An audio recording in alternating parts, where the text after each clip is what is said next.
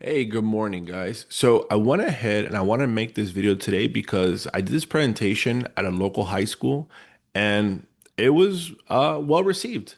People asked a lot of questions, people needed a lot of support and guidance, kind of realized like how little they know about their majors and their careers. And a lot of folks were asking for the PowerPoint, asking for more information. So I'm going to go ahead and record this, and that way we can add it to the channel in case you're watching this again or people have any questions, they can come on in. So just remind you guys who we are. Remember, Advising the Way, we're a 501c3 nonprofit. That means that our services are free. When we go to local high schools, local community colleges, just local events here in South Florida, we do not charge for our services, right? I don't believe that people should not really get help because they don't have money, right? So that's why I don't charge. I don't believe in charging, but again, we are a nonprofit, so we are open to donations. If you want to make donations, feel free to. But again, you don't have to donate money to get help. You can just come, get the help you need, and move on with your life. And again, this is a service I wish that I had when I was a person in college, kind of like trying to find my way. So for that reason, I'm doing this, right? So again, here's what we do pretty much. And again, we talked about it yesterday. College majors, career explorations, goal setting and time management. And again, don't feel bad. Adults need help with this. It's not just, young people or the kids. Financial literacy, well-being, all these things are crucial for our success. But again, since this presentation was geared more towards high school students, it is focused more on high school students and what they're working towards or what they should be working towards. So here's the first thing I told the students yesterday. I'm going to tell you the same thing. We live in a world full of distractions, right? As soon as you wake up, you roll over, you grab your phone, and you're scrolling social media. You're scrolling TikTok, Instagram, YouTube, messages, right? You're just scrolling everything. You need time to just slow down, to decompress. And I can tell you from personal experience, right? My addiction was not social media. I was more into like the YouTube space, right? I'd wake up and as soon as I'm up making coffee, I'm putting on a YouTube video about some random topic that I wanted to like dig deeper in for the day. It could be about religion, it could be about history, about sociology. I don't know, you name it. Or some random like motivational talk, which I'll make videos on those separately. Those become after a while a little boring. And then when I would go on a walk, go exercise, I got my headphones on, I'm hearing a podcast, I'm hearing this. So I told students, listen, what worked for me, and it will probably work for you as well. Turn devices off, right? Just leave it off. You don't, I mean, I'm not saying all day, but as soon as you wake up, don't jump straight to the social media. In the morning, go for a walk outside. The whole point is just be bored. And I don't mean be bored in a bad way. I just mean like be bored, like where your mind just wandering. You're just thinking. Walking outside 10, 15 minutes in the morning, just wandering, thinking, whatever the case is, you begin to start thinking about your life, what you want, what you're doing, what you're not doing, right? You just gotta give it time. And I told students, once you get to that point, now start thinking about, geez, like what career do I want? Right. And I told those students, I go, listen, you're gonna blink an eye and you'll be graduating high school, and then blink another eye, you'll be in college. Blink another eye, you're graduating, right? Time moves fast. And whether you do something or you do nothing, time keeps going. So might as well do something, right? I said, first of all, in order to know like what we're gonna do, you have to know where you want to end up. And again, you don't have to be like, yeah, I want to be a pediatric neurosurgeon. I mean, that's super specific. And that's you. I mean, congratulations. I mean, you have an advantage. You have a head start. And helping that person is super easy because all we're doing is literally mapping out what they have to do to get there, right? That's the easy part. The hard part is when you're not sure what you want to do, right? So I told students, start thinking about what you want to do. Talk to your parents, right? Ask your parents, mom, dad, like, what do you do, right? Sometimes even my own kids don't know what I do. They just think I'm in front of the laptop all day, right?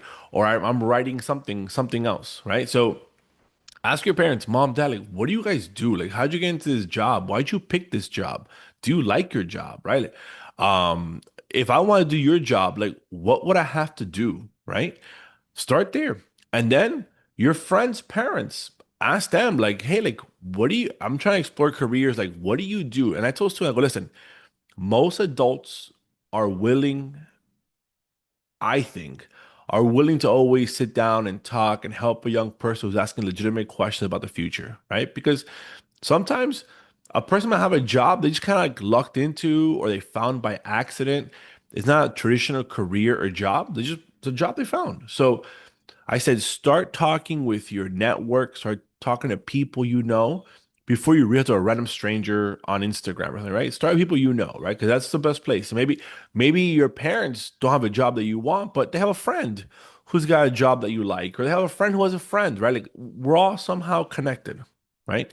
Because then here's what we do. Once we can figure out what career you want, then we can say, okay, well, what degree is needed for that job? So students were asking me yesterday, should I do this degree or this degree and that degree? I said, well, it depends. Like, where do you want to end up? Right? Like, if you want to end up here, well, let's do this degree. But if you do this degree, you'll probably end up here. Is that what you want, right? So we start creating a path, right? Start creating a way, right? Advice in the way. So we have your career, then we have your degree, then we gotta find, okay, to get this degree, like, what do you have to do? Like, what are the classes you have to take, right? Like, perfect, that's easy. But to find out what the requirements are, we then gotta find out, like, what school do you want to go to? So because I know all the high school kids nowadays, at least here in Florida, want to go to UF, which again, it's a great school. You know, I always joke it's the Harvard of the South, right? It's a top school, so why not? And if you're a Florida resident, you have Florida tuition or bright futures, you can go for free, or not free, at least super low cost compared to leaving out of state, right? That'd be crazy. I don't recommend it, but again, I did say if you get into Harvard or Yale or Princeton, okay, for there, leave out of state. But don't leave out of state for a school that's similarly ranked to UF. Just go to UF. And again, here in Miami, we have FIU, which is down over there on the street. It's not too far from us. So again, you have a lot of good options, low cost.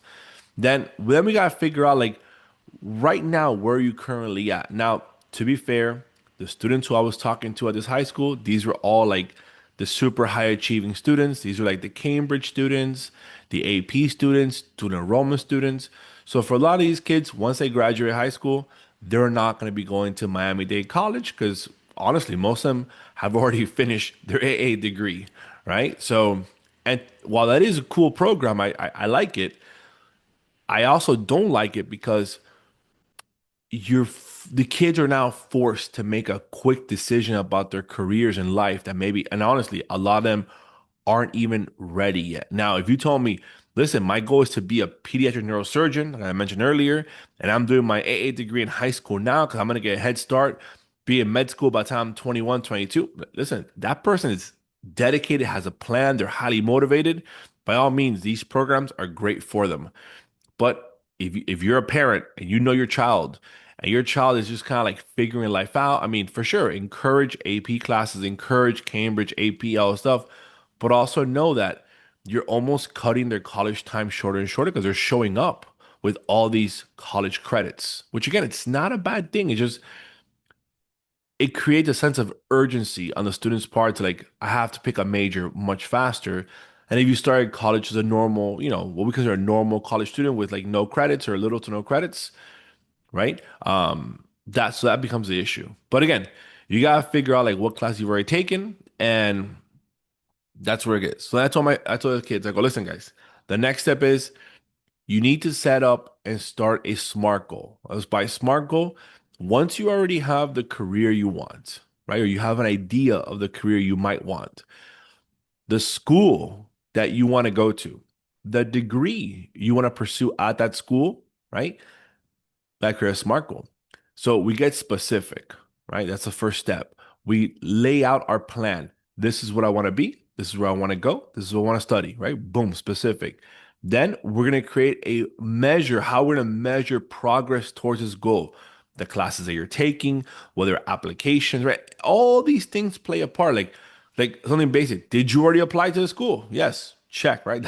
That's something simple that you'd be surprised people overlook, right? Or Do you have the correct courses? Did you submit everything? Your recommendation letters? Is your application complete? Is your financial aid complete? Is your bright future, your service hours? So there's a lot of things that can often get overlooked, right? Little small tiny details are oftentimes the most important, right?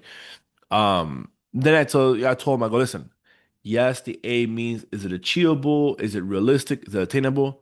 But at the same time, at your age, anything under, I don't know, realistic, I'll be honest. I believe everyone should be delusional because I believe anyone can do their life any way they want to. That's just me though. But I told students, I go, listen, at your age right now, you're 17, 18 years old, you're not married, you have no children, most of you have really no outside responsibilities. This is a time to be delusional, right? Have crazy dreams, like go for it.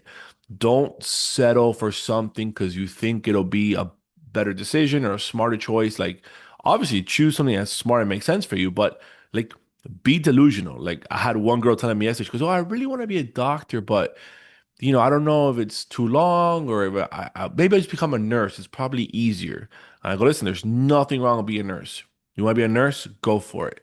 I go, "But don't choose being a nurse because you think being a doctor is harder. Choose being because you want to be a nurse, because if not, you'll become a nurse. And in the back of your mind, you're always going to regret not being a doctor." And I personally think it's better to try something and then fail or not like it, because at least you have no regrets, right? So that's why I tell students to have no regrets, like dream big. Now, if you're 40 years old and you can't afford to go back to med school because you have a job and a wife and kids, and I want to go into healthcare and nursing makes sense for me. Listen, great. Like everyone's choice is personal. Like I tell us, I go, listen, I can't tell you what to do. I can only guide you. I can only give you like steps to follow, but ultimately you have to follow through on these steps, right? It's like a personal trainer, a diet plan. I can make you a diet plan, but you got to follow it. I mean, I'm not walk around with you and like slap food out of your hand, right? Then the goals be relevant and time bound, right? You give yourself a deadline. And for students, this deadline is normally, time bound is by semesters, what progress you're making on a semester basis or a school calendar basis, and keeping track of the deadlines for applications, keeping track of, when you have to be doing certain things. And again, like I said, these presentations are a more general level, so it applies to everybody. If you need specific help, specific assistance, making a customized one for you and your specific situation, reach out to us and we can work with you and set something up, right? Don't feel bad. So here's the first step I told students, and again, this is more for students who are taking Cambridge courses. So if you're a parent, you're watching this, and your child is doing Cambridge courses, then I shared this link with them. This should be kind of the first step of what they're doing, right? So I'm gonna go ahead and switch the screen over to this, and here, and again, I'm using as an example University of Florida, but you can use any other university here in Florida, because the first step should be is part of your SMART goal is being specific. You should know which of your credits that you're taking in high school the school will be accepting. So notice here, they break it down by ACE exam credit, AP exam credit, right? So since if your child is in Cambridge, you can kind of click right here. You can see the ACE exam credit and where you get the credit for. They even break it down by the title, the AS level versus A level, right? So, for example, I gave the example how for my class, when I used to teach sociology, taking the AS exam was sufficient because they got the credit for Intro to Sociology, which is the same credit they would get SYG 2000 for dual enrollment. So it kind of worked out for them, right? But again, you'll have an idea of what credit your child will be getting, or if you're the student watching this, what you'll be getting. This is the first step. You should know like what you're taking, what you're working towards.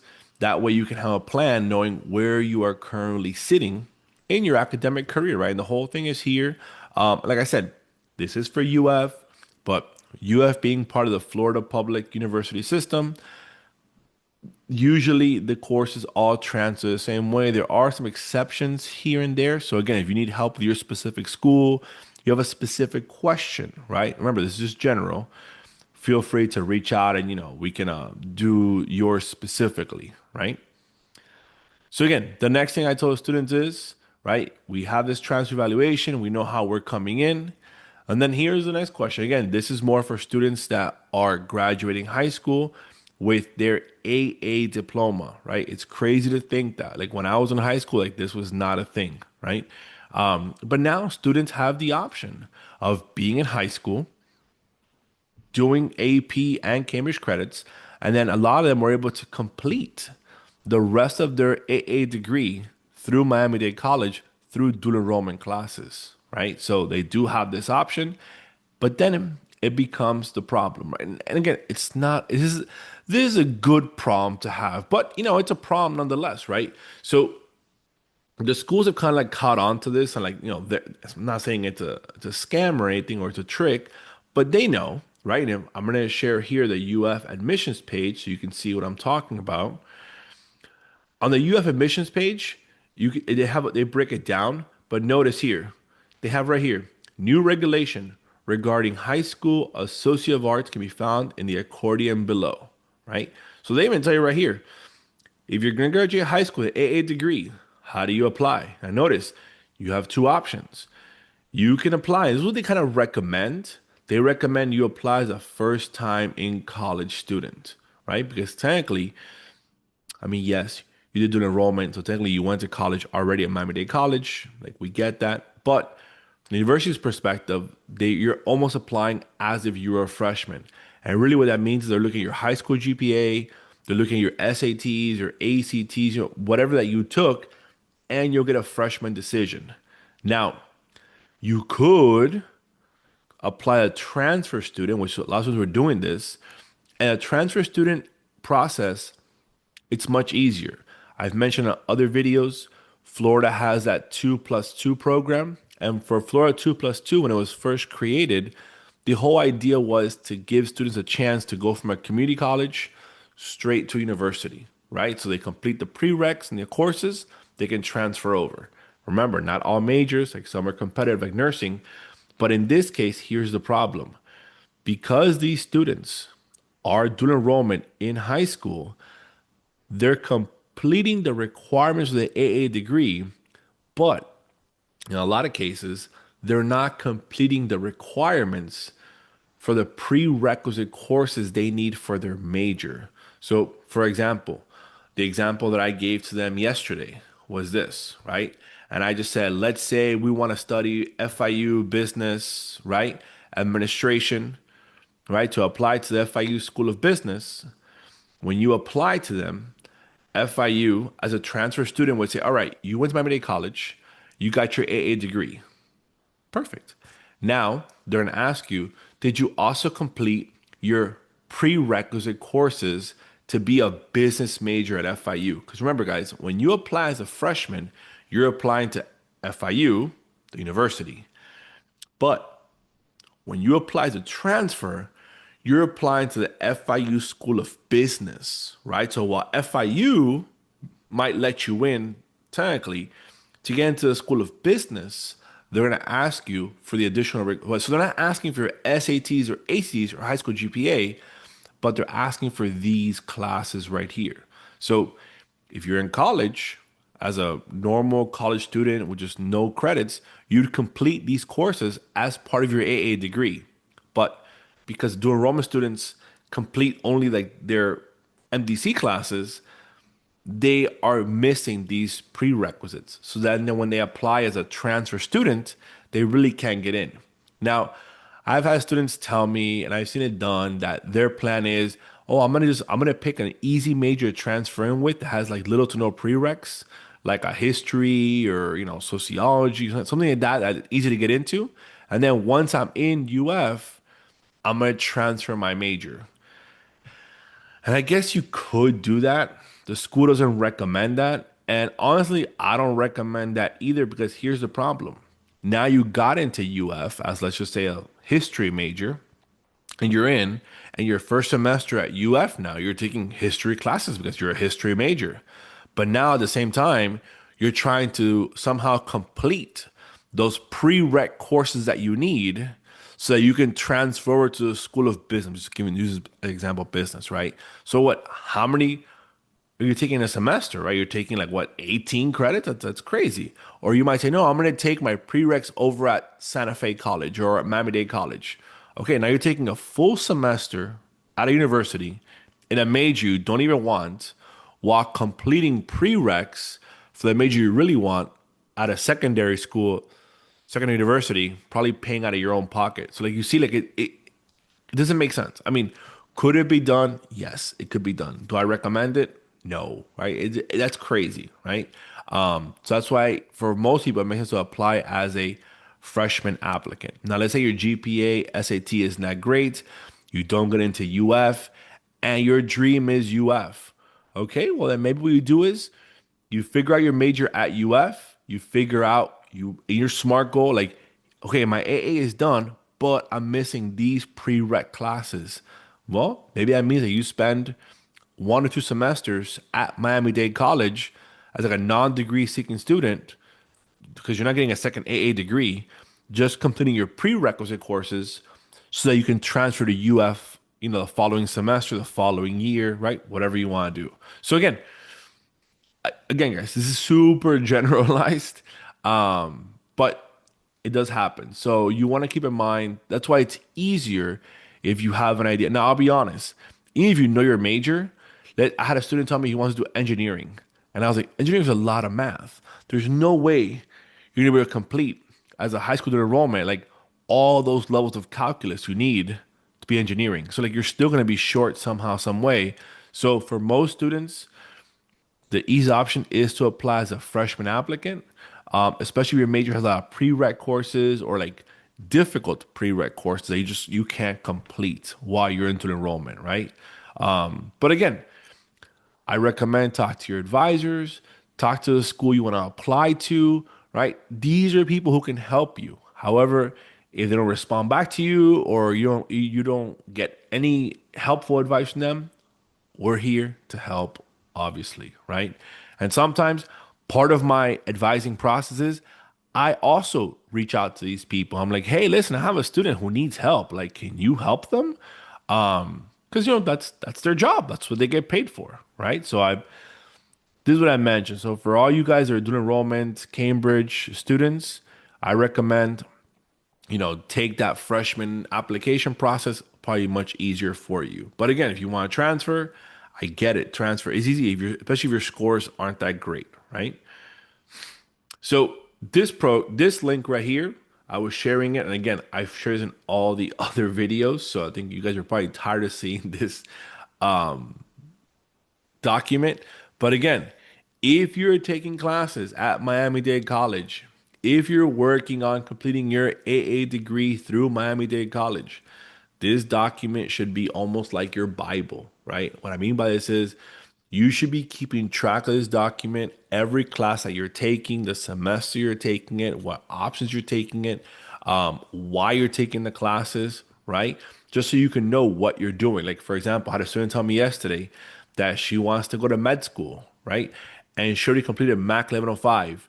And now she's going to take the MGF course, 1130. And I was like, well, wait, why would you take 1130? If you're going the med school path, you have to get to calculus, right? So MGF is not on the calculus track. So if you're taking MAC 105 and you passed it, the next logical step would be taking pre-calculus. But again, if you want to just jump straight to calculus, you could. I don't know how good your math skills are. I don't recommend it. If I was you, I'd talk to the math department at the school you want to go to and ask them their advice. They can probably tell you. But if you're a math whiz and you took AP already calculus, and obviously you could take Calc 2 maybe, I don't know, right? Again, individual basis.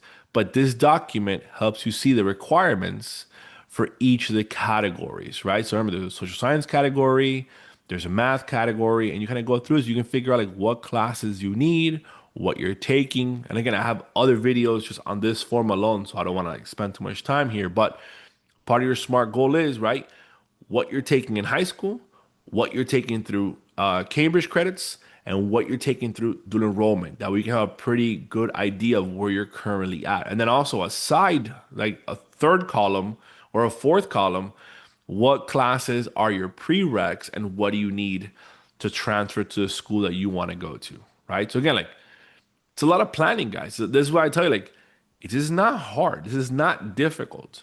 But and again, I've talked to some advisors and I've asked them this question, and they always tell me, "Well, the students didn't ask me this." And my response to them is, like, "Well, listen. I mean, I agree they didn't ask you. The problem is they didn't know they had to know this. Like they didn't even know it was a question to ask, right?" And when I talk to students, I have students literally tell me they're like, "Professor, I'll be honest. Like I'm so lost.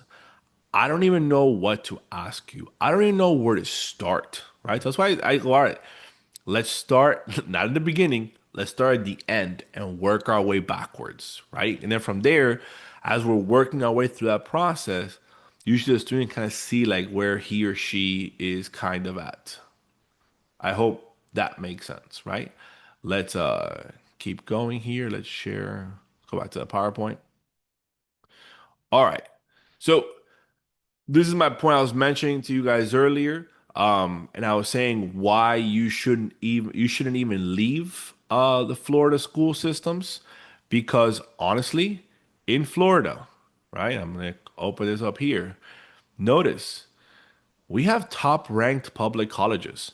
And again, like I don't work for UF. I know I'm always talking about UF.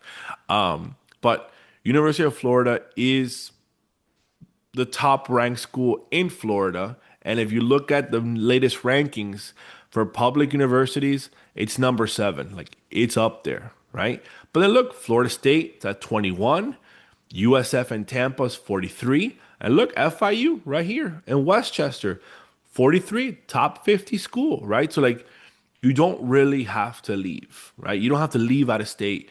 I mean, you don't have to, you can stay here in Miami and go to FIU, right? So again, you have options. You have really good options here. I mean, is it Harvard, Yale, Princeton, Stanford, whatever? No, no, it's not those schools. But for most people, they don't get in schools anyways. It doesn't even matter, right? And if you're planning to go to graduate school, med school, law school, you're going to get in crazy amounts of debt, most likely, in those programs. So you're better off saving your student loan debt for grad school, med school, or law school instead of undergraduate where like a bachelor's degree, like I'll be honest guys, for most jobs it's not going to pay you like that amount of crazy money anyways. So you want to minimize the debt. You don't want to take out 40 grand loans for a 60 grand job. Like that's crazy, right? You'll have a debt to income ratio which won't even make sense, right? But again, if you need loans, I get it. Like I said, this is personal. Some people like don't qualify for financial aid. Like their parents are not poor enough to get Pell Grants, but they're also not rich enough to pay for it. And they don't have any, their parents didn't save any money for college and they don't want to go to the military. I don't know, right? You can always find a way. So some folks rely on student loans. Again, nothing wrong with that at all, right? So for a lot of students, they don't really understand like what life after high school looks like. And here's the reason why. When you're for most, if you're a young person watching this, right?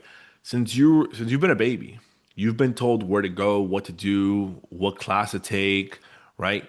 Your parents picked your elementary school, your middle school. When you got to middle school, your counselors probably picked your classes, your electives. When you got to high school, your parents probably strongly recommended you go into these Cambridge programs, these AP programs, because they want the best for you and they know the competition is crazy. Or maybe like you have older siblings who went through it, or maybe like your friends' parents told your friends, "Oh, my daughter's doing this, so now you gotta do it too," right?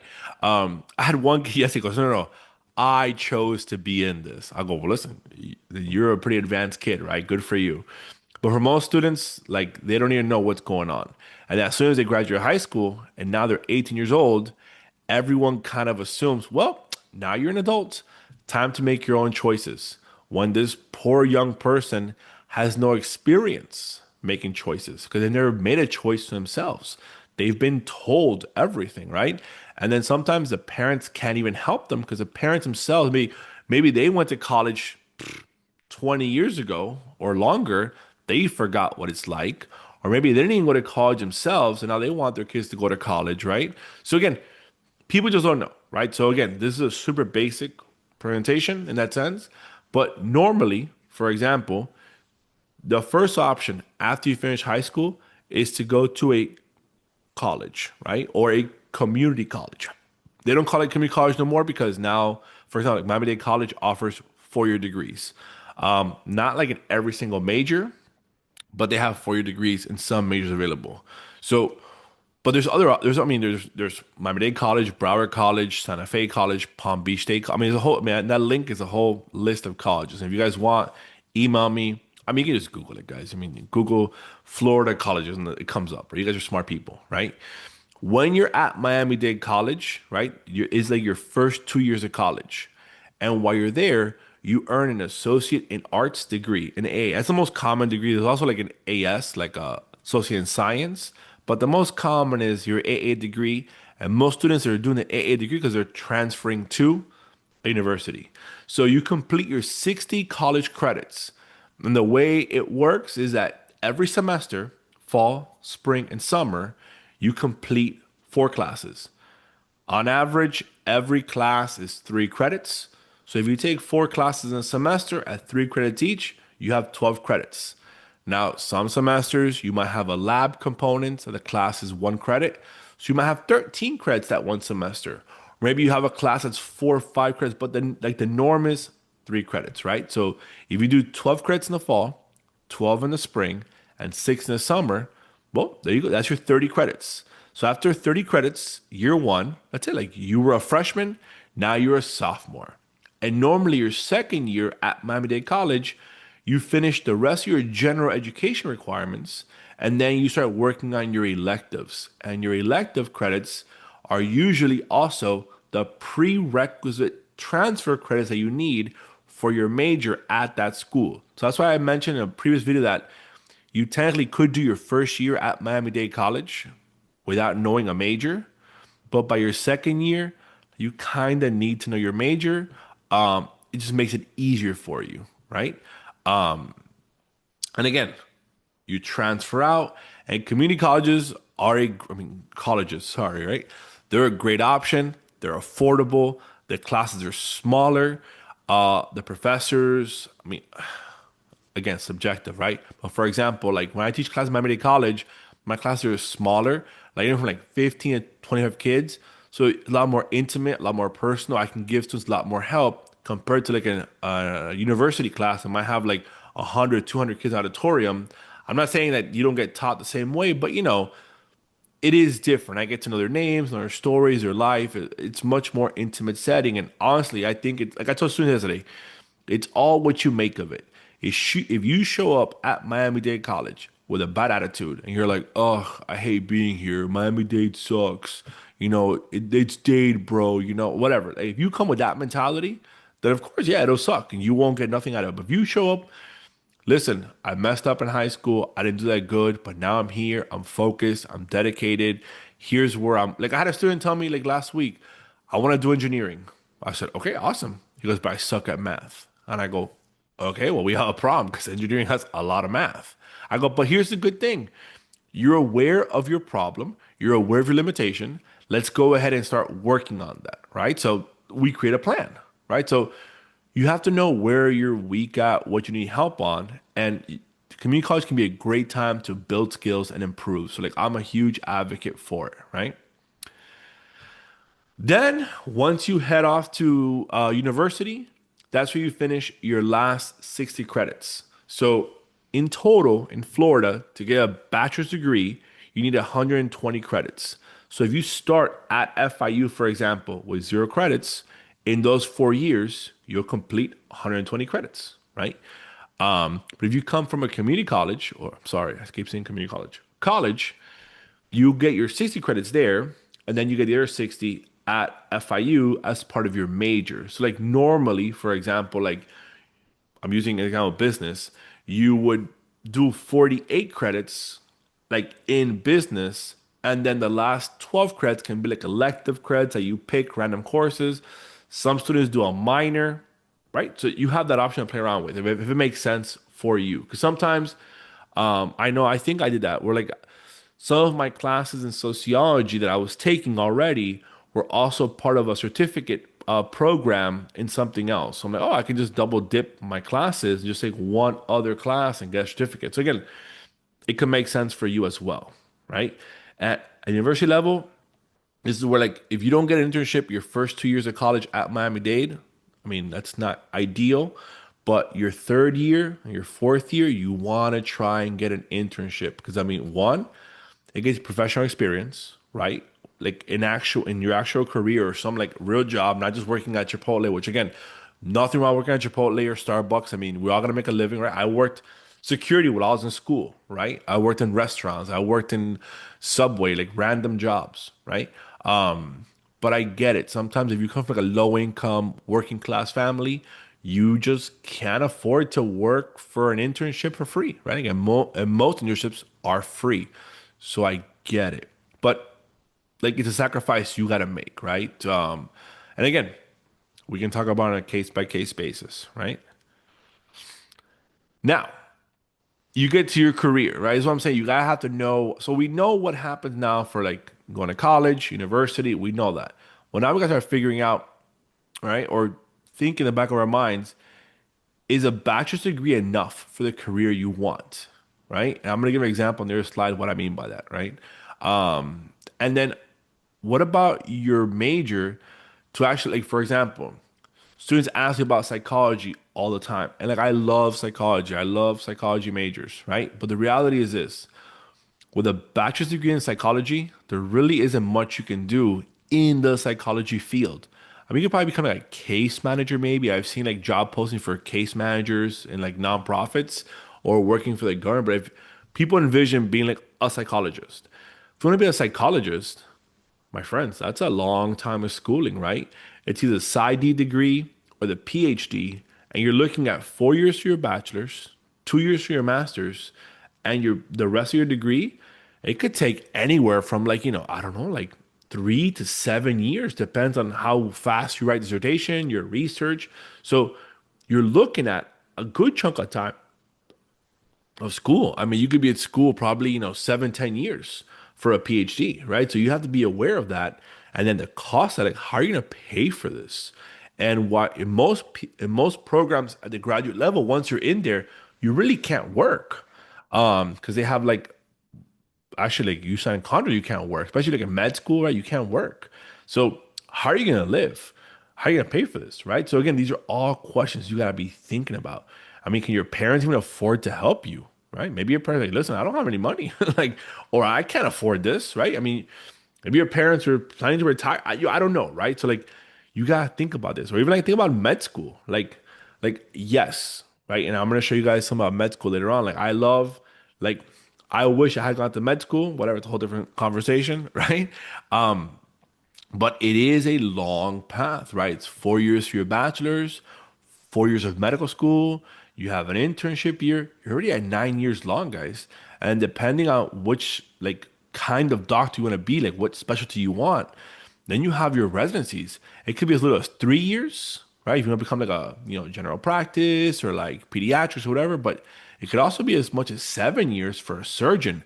And then if you want to specialize in like something crazy like pediatric neurosurgeon or even that's fellowships. Like it could be a long time you're in school, right? Could be like probably in your mid 30s by the time you're done, right? And you spend your whole 20s in school studying, your 30s like working as a resident like crazy hours. You're not really making much money yet. Now, to be fair, your late 30s, early 40s, you're attending, you're making great money, and you are chilling, right? Paying those loans back. So, as I'm saying, it is a great option, and you'll always have a job, but it's a big time investment. And like, I don't want to say don't do it for the money because I'm sure there's some doctors that just do it for the money because why not? And I'm sure also other doctors that like, don't do it for the money and do it to help people. Probably the ones that go work like Doctors Without Borders or volunteer time, which again, like, so I'm saying you could do good in any job you're in if you want to do good, right? All right, let's keep going here. So students were asking me, all right, what if I don't know what job or career I want? And I kind of told them, all right, these are a couple of free different things you can use, resources. The first one is the Occupational Outlook Handbook. And I love this resource because I use it all the time with my students. One, because this is a government website, right? So, I mean, it's fairly accurate, right? And on this website, students can find any job they want and they can learn about that job. And I tell them, if you have no idea what job you want, start here. Click on highest paying jobs, right? Like, all right, I don't know what to do. I'm gonna click on the highest paying jobs that are available. Give me one sec here. I guess my laptop is not plugged in.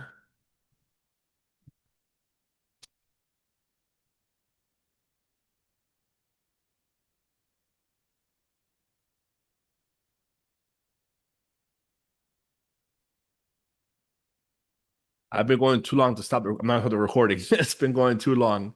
So for the occupational outlook handbook, you come here, you can explore all these different careers that are here. You can see what the pay is, right? But notice primarily on the medical field. So if you didn't want to work in the medical field, I mean, you can, but look, all the jobs are here, except at the very bottom, you have airline pilots. So, I mean, want to be a pilot, it's a good option too, right? Um, Again, this is the first website I recommend to students to always use because I personally like it. And then here is the next one they can use. This is the My Next Move. And what I like about this, I tell my students is go ahead and take this ONET profile test.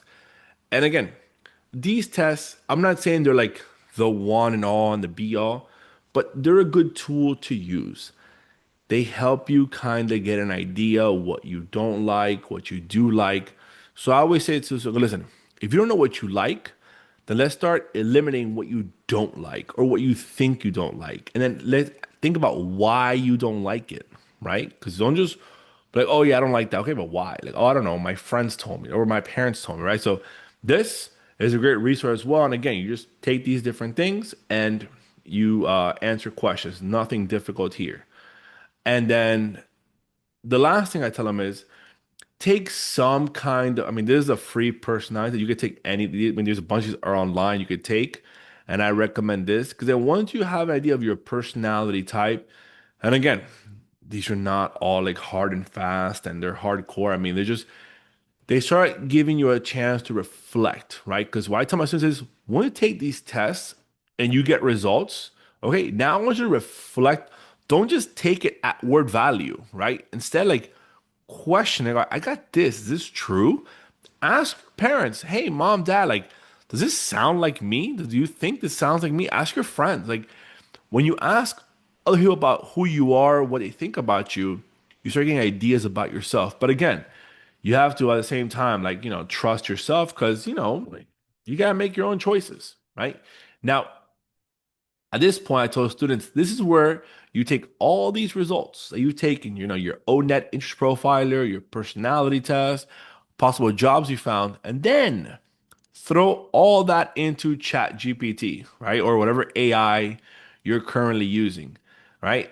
Because Chat GPT can then take what you're feeding into it and it could like reinterpret it back to you or at least help you understand it, right? So, for example, I asked ChatGPT this, what it could do for my students, and it kind of told me this. If they tell me all this right here, it could give you a translation of the personality and motivation patterns.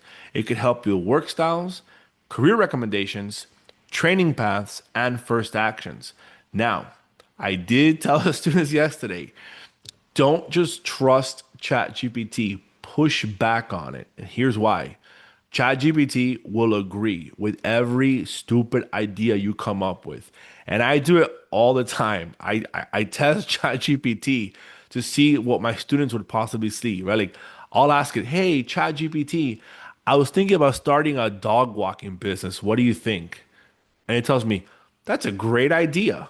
Based on your people skills helping students, you'd be great at starting a dog walking business. And I go, oh, thank you, right? Like, so like, I mean, yes, could a dog walking business maybe be good for me? It could be, but what's it gonna do? It's gonna take me off my path. It's a distraction, right?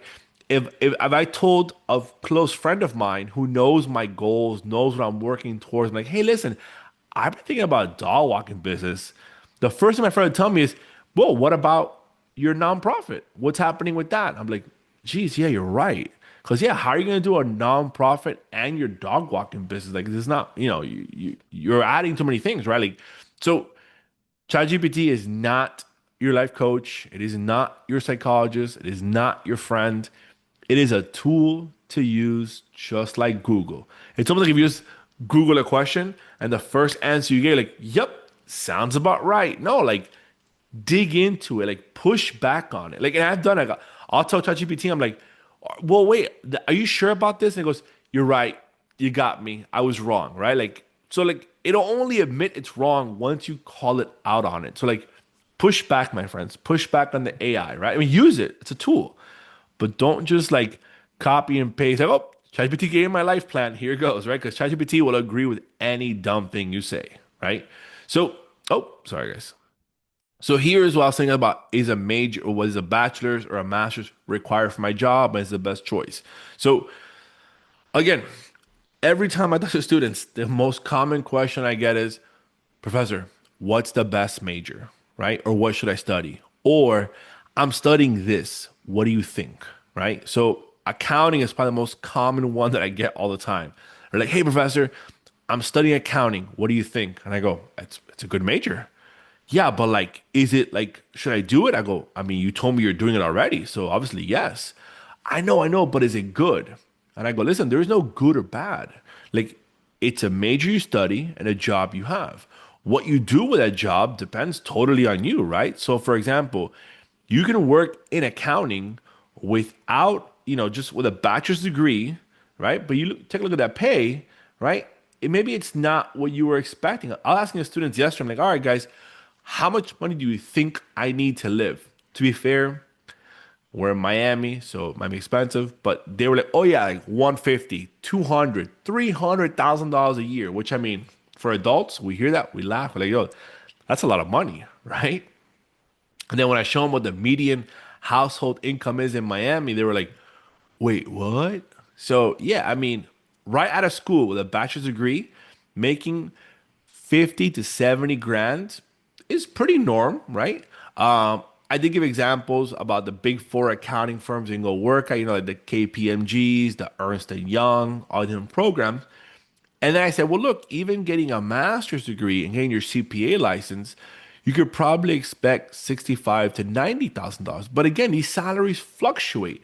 The salaries vary depending on the company, the location, what you're doing, what area, right? Like there's different things. So like these salaries are just estimates. It could be more. It could be less. It could be somewhere in the middle. But again, you see how there is a difference in having a bachelor's versus having a master's. Some folks never go for that CPA. They don't need it. Some folks go straight for the CPA. So it just depends on what your goals are and where you want to ultimately end up working and doing, right? And then here's the next most common major I get, and I'll be honest, is probably my favorite major, just because I truly believe it's a major for the people, right? It's like a working class person's way out of poverty. And I don't mean it as an insult at all whatsoever. I mean it's a compliment. So let's say, for example, like this is how I've seen in most of Miami-Dade College. I've seen a lot of young single moms, about 25 to 30 years old, that are just tired of struggling, working, part-time or like low paid jobs, and they go back to school to become a nurse, right? And here's why I love nursing.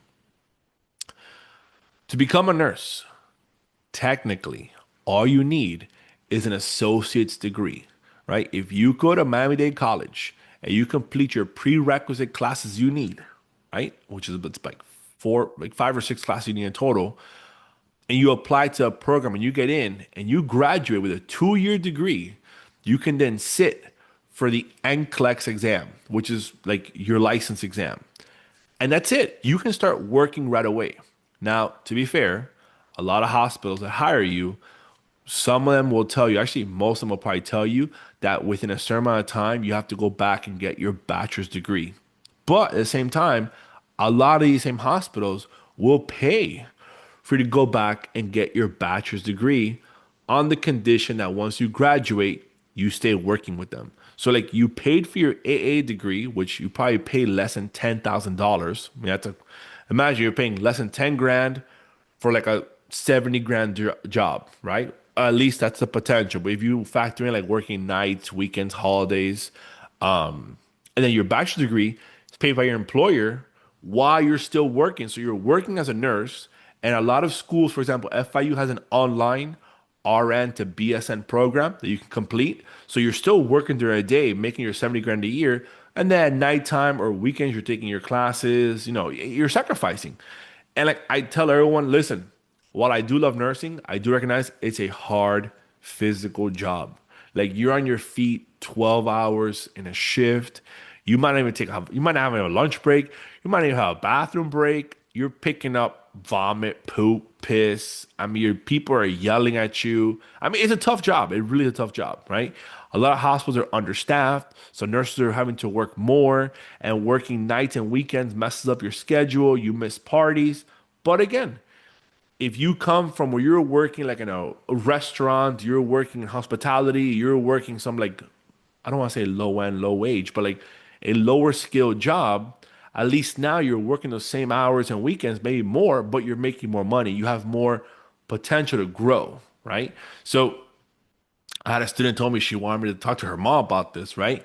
Because she wanted to do like something in pediatrics, and I go, well, look, here's a great option.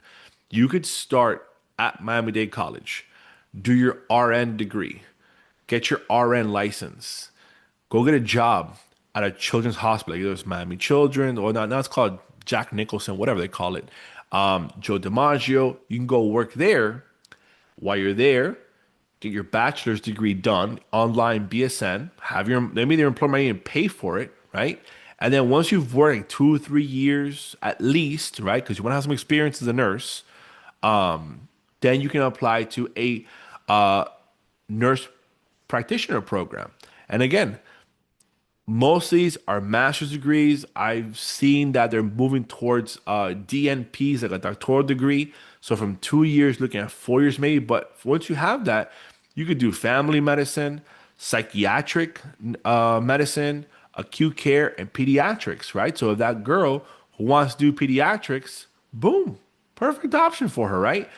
She could be a pediatric nurse practitioner working with kids, and she didn't have to go to med school if she didn't really want to, right? She should go if she wants med school, but like she has an option. And then I tell the students, I go, listen, if you really want some crazy money, you have the CRNAs.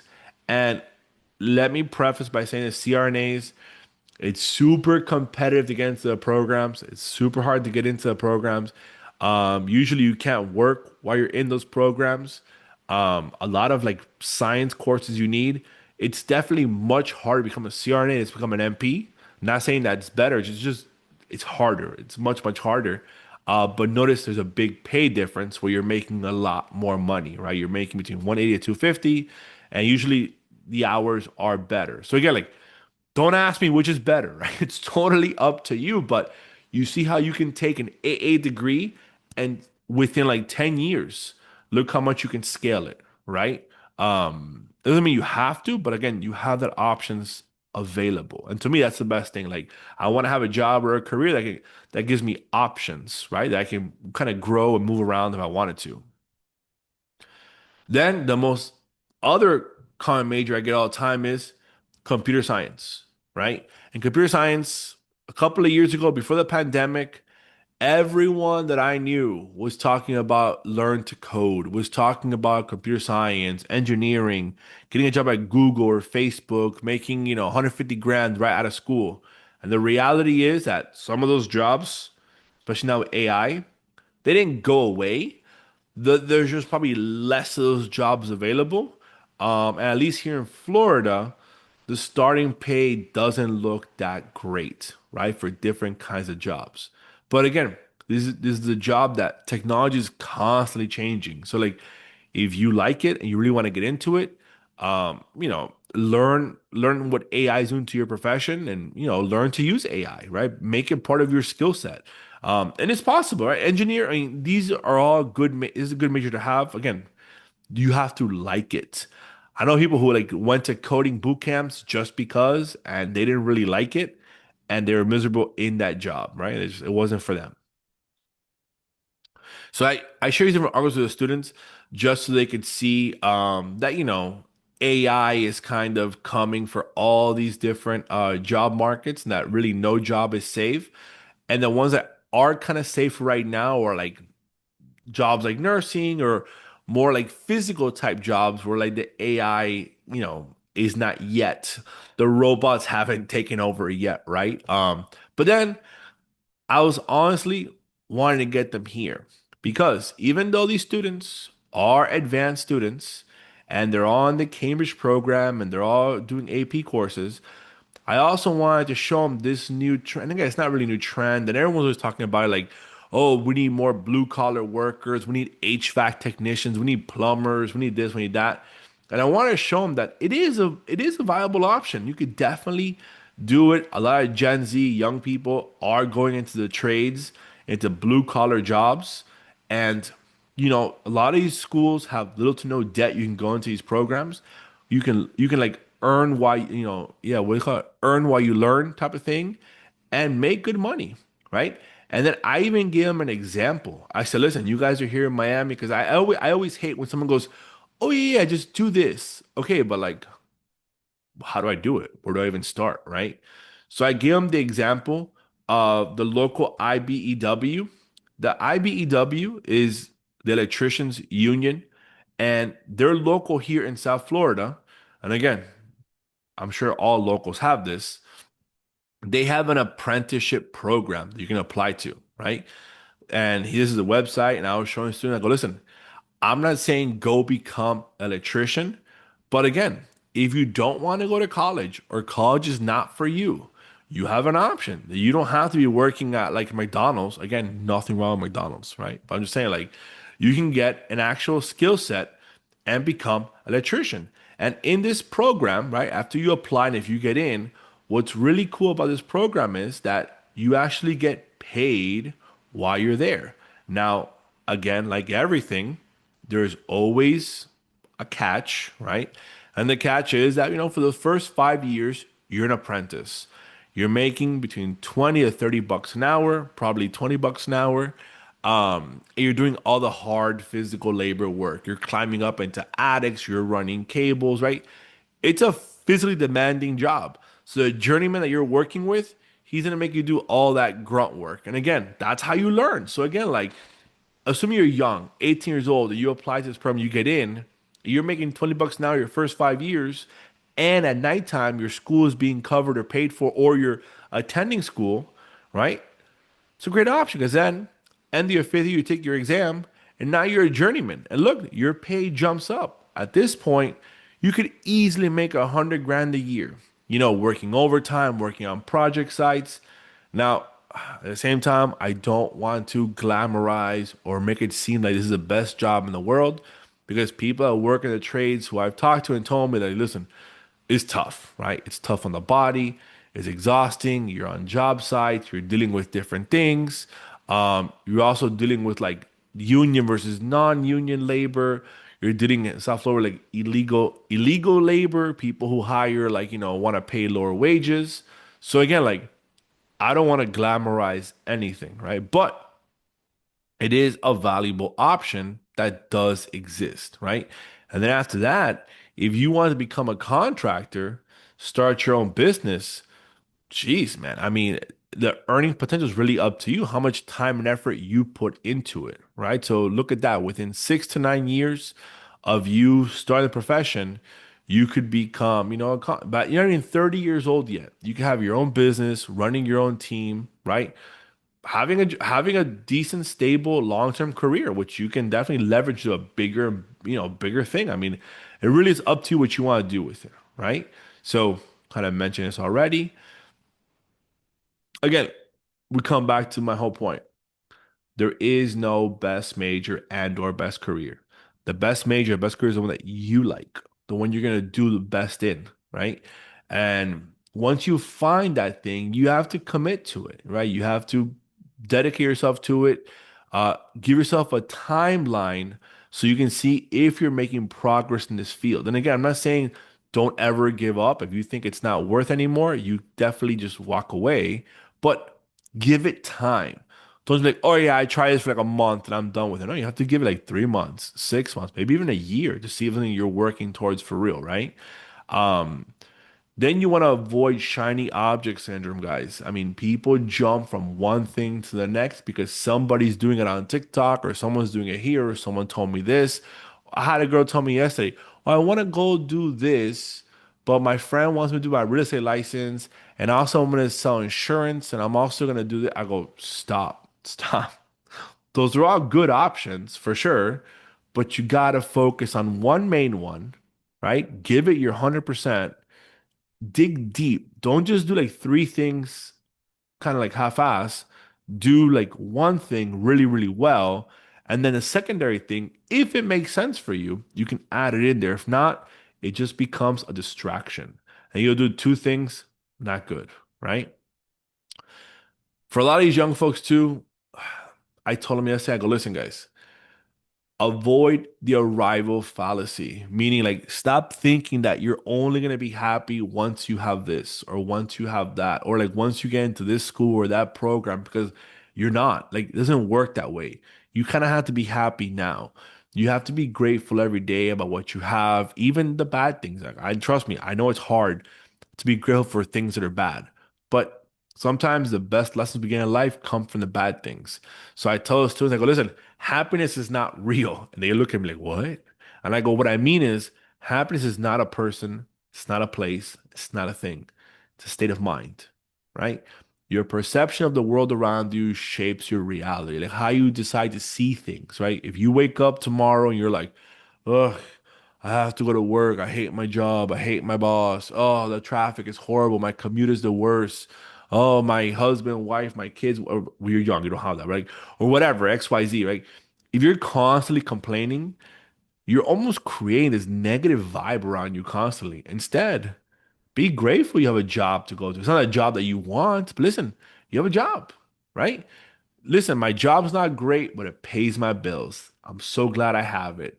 And my boss gives me a hard time, but maybe he or she is going through something, I'm gonna like pray for them. I don't know, whatever you want to say, right? If you're religious, you can pray for them. If not, just ignore them. So again, when you have an attitude of gratitude, it shifts your mindset. It helps you see the world a little bit differently. That definitely does help you with all different things. So again, you have to prize that. And then also like imposter syndrome. We all think that everyone else's life is way better and that we're not good enough to be where we're at or we don't know enough about this or we don't belong here. Like, avoid that. Like, if you're somewhere, it's because people saw your hard work. People recognize your talent, and that's why you're there. And now, yes, now that you're here at this next level, you have to prove yourself. But if you did it at the lower levels, you'll do it here as well. Maybe you have to put a little more time, a little more effort, but you will be fine, right? Don't like freak out on me about this type of stuff. And as we wrap the whole thing up, guys, we come back to the whole point, which is like, this is what I mean when I say like the way, advising the way, right? We ask you to visualize your goal, where you want to end up, right? Then reflect on where you currently are. Like, where are you professionally, academically, socially, whatever it is? Create a plan, right? And that plan will include where you want to be, where you currently are, and what you got to work on, right? Then you got to take action. What happens is people get stuck in that planning phase. They start planning and planning and planning and reading and researching and reading and researching and watching and talking, and then they never do anything. You got to start. You're never going to have all the answers. You're never going to be ready, right?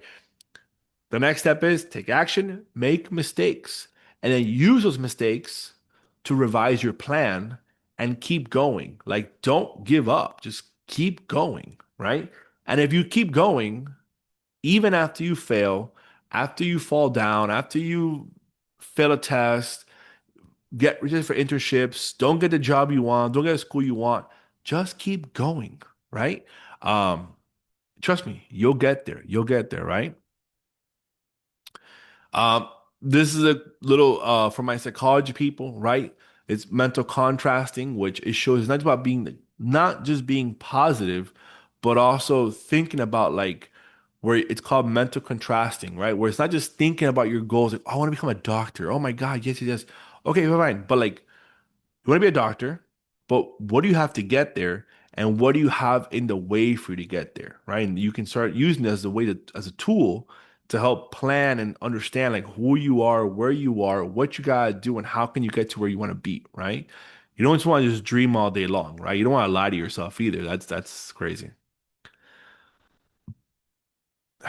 This is a little bit different. If you're seeing like Maslow's hierarchy of needs, this is more like the last part, kind of. But here we're talking about to really help you lock in with your goals and figure things out and accomplish big things.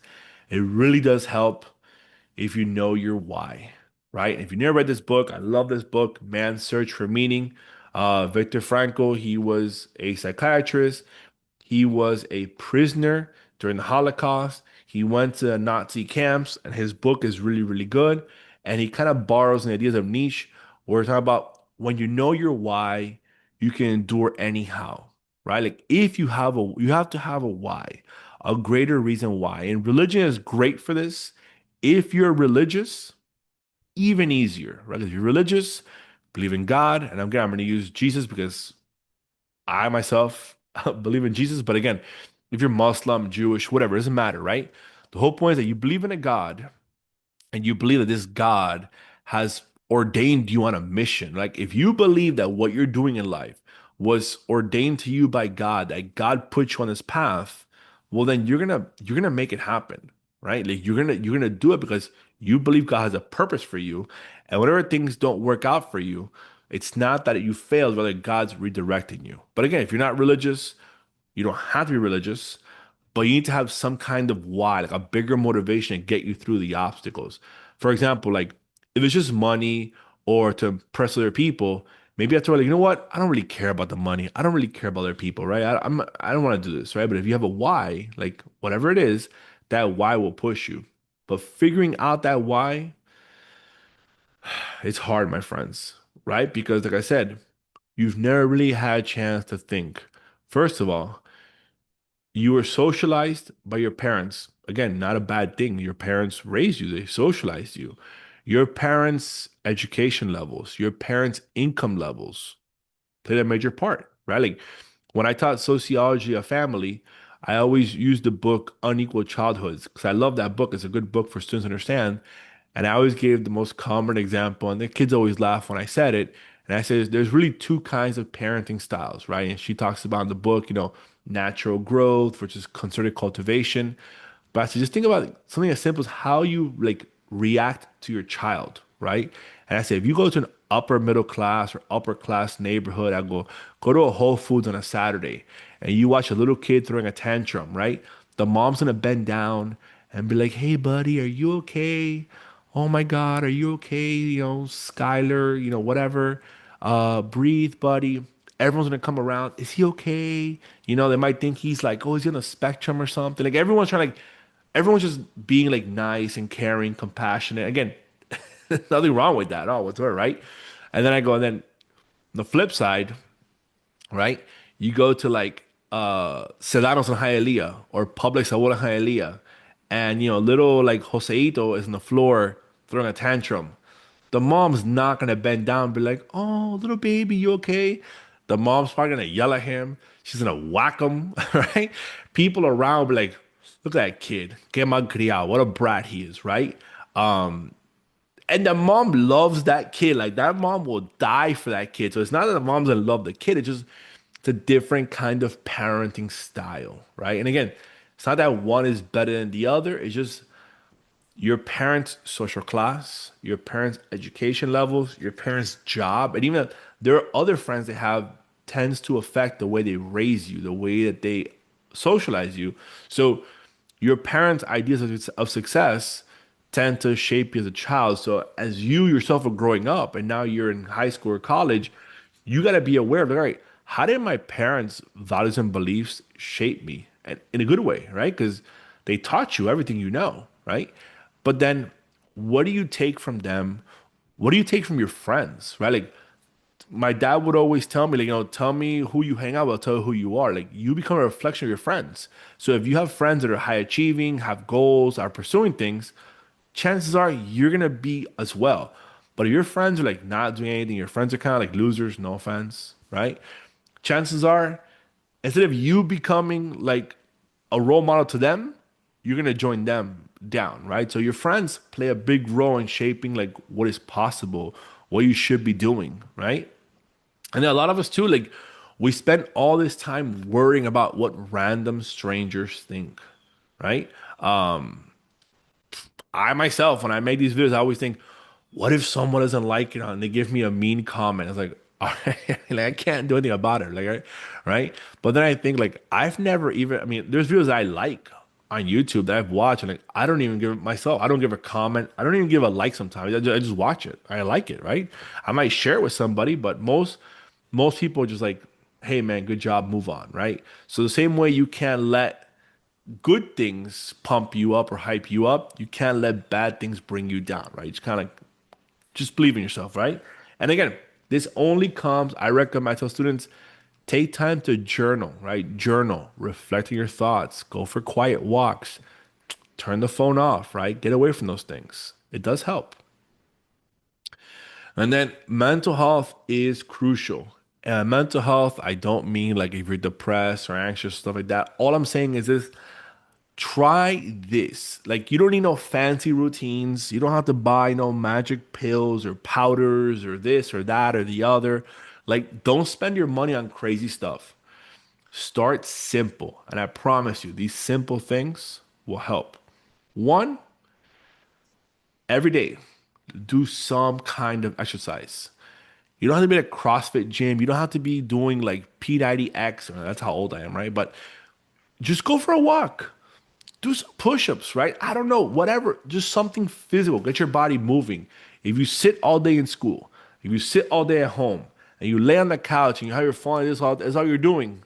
Of course, at night time you can't sleep. You haven't done anything. You haven't done anything all day long. Your mind is racing and freaking out at nighttime. So work out and sleep. Get a consistent sleep pattern. And I get it. When you're young, you want to stay up late to watch movies, play video games. I listen, my friends, I get it. But try to limit it. You need a schedule to wake up on time, wake up a certain time, go to bed a certain time. It does help. Like that structure does help.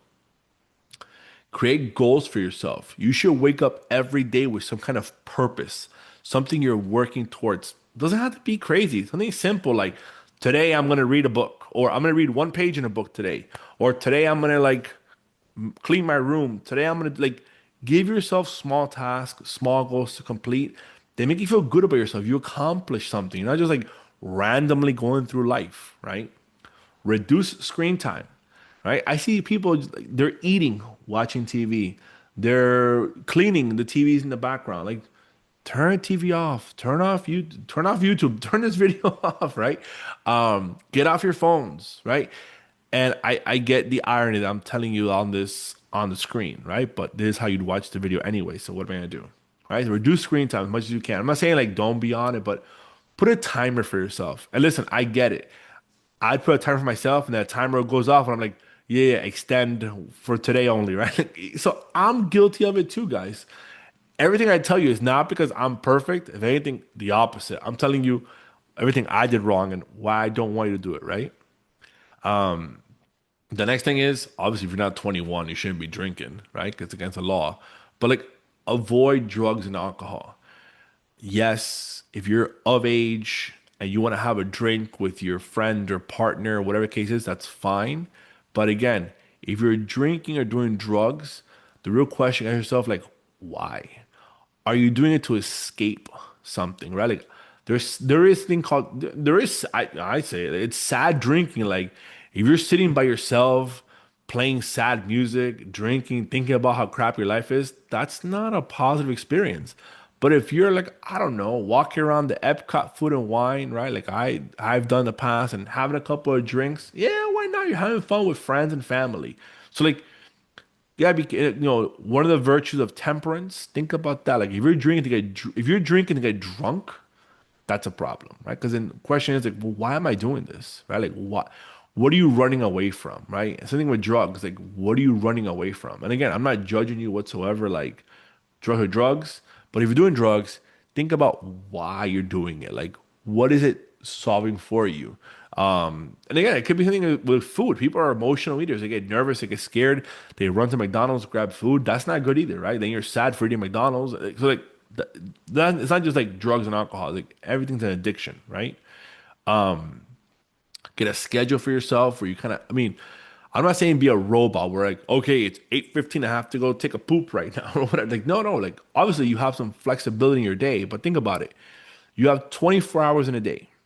You sleep for 8 hours. You have 16 hours left. You go to school and or work, let's say for 8 hours a day. You still have 8 hours left. Take away 2 hours like bathroom breaks and showers and getting ready, whatever the case is, commuting. You still have 6 hours. Like, what are you doing in that time, right? You know what you're doing? You're scrolling social media. You're wasting time watching the same show you've already watched. Turn it off. You've already seen that show for like a million times, right? And again, I'm guilty of it too, my friends. Socialize. After, I don't want to blame COVID. Everyone blames COVID. And this is beyond COVID, right? People are lonely. People don't have friends. Neighbors don't talk to each other. My friends, we are social creatures. Man was not meant to be alone. We're not meant to be alone. Like, I'm not saying be like with 20 million friends, but like socialize. Join a club, a sport, an activity, something you like, right? Like be part of something, right? Like, and talk to different people, you share ideas, you network, you connect, right? It's good for you like emotionally, it's good for you professionally. It just it's good for you, right? Um, yes, you don't want to be sharing your personal life with everybody, so keep your personal life personal, right? Share what you're doing, but also be careful. So it's a balance, right? Like you want to be out there talking, but don't be like telling everyone your whole life story. It's not their business, right? Keep it to yourself, right?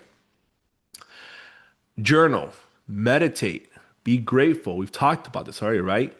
And then the last one here, don't compare yourself to anyone. That's probably the worst thing that we do. Like, and listen, I'm guilty of it. I know people that are successful that are constantly comparing themselves to everybody else. Oh, so and so got a pool. I have to get a pool. Like people get a car, they're like, oh, I got my car, I love it. Then see their neighbor, oh, my neighbor got a this car. Ugh, oh man, my car sucks now, right? Be happy with what you have. Don't compare to anybody because you don't know anybody else's life story, right? There could be somebody who like looks like they have everything you want, but in the behind the scenes, they're miserable, right? That happy relationship is not as happy, right? Their finances are a mess. They're probably in debt. They're about to be foreclosed on. Like, so trust me, don't believe Instagram. Instagram's always been lies. Now with AI, it's even worse, right? It's just don't compare yourself to anybody else. Like you can use it as a reference, as a guide, right? And if someone has something you want, definitely ask, hey, dude, like I really love your job, your house, your car. Like, what do you do? Like, I don't know. Like, that's something good to do, but like, don't do it out of envy, right? Don't do it out of jealousy. That only hurts you, right? It just, if someone gets something good, be happy, right? Hey, congrats, man. I'm glad you're happy, right? And just kind of move on. But don't tie your self-worth to anybody else, what they're doing, what they're saying, what they're feeling or thinking, because it's not going to help you at all whatsoever. My friends, you made it to the very end. Thank you so much. Like I said, advice in the way. We are a nonprofit, and this presentation was meant to be for a general audience. And I even told students that if you have individual questions, you need individual help, reach out, connect with us. We are here to help. But again, a lot of it comes down to you. Just know we're here, we're available, and we're always willing to help. Thank you, and have a great day, guys.